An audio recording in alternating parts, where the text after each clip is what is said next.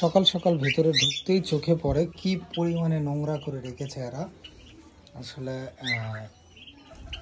গতকাল সন্ধ্যায় আমি ঢুকতে পারিনি এবং পরিষ্কার করা হয়নি।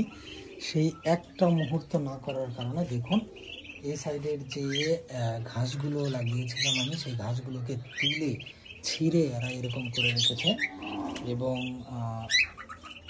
মোটামুটি অগোছালো অবস্থা করে ফেলেছে একদম। এগুলোকে পরিষ্কার করতে হবে।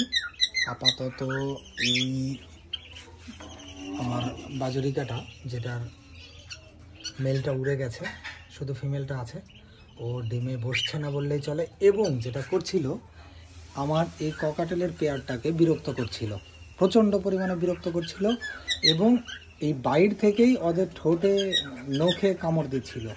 ফলে কি করলাম, তাকে আমি খাঁচায় বন্ধ করে দিলাম। আর এটা এখনও বন্ডিং হয়নি দুজনের মধ্যে, আশা করছি এই সপ্তাহের মধ্যে হয়ে যাবে এবং এরাও আশা করছি এই সপ্তাহের মধ্যেই ডিম দেবে। প্রচুর পরিমাণে ইয়েতে ঢুকছে, কেজের মধ্যে ঢুকছে, আশা করছি এই সপ্তাহের মধ্যেই ডিম দিয়ে দেবে। তো ঠিক আছে, এই ছিল আজকের ভিডিও। আপাতত পরিষ্কারে লেগে পড়ি, অনেক সময় লেগে যাবে এখানে। দেখা হবে পরবর্তী ভিডিওতে।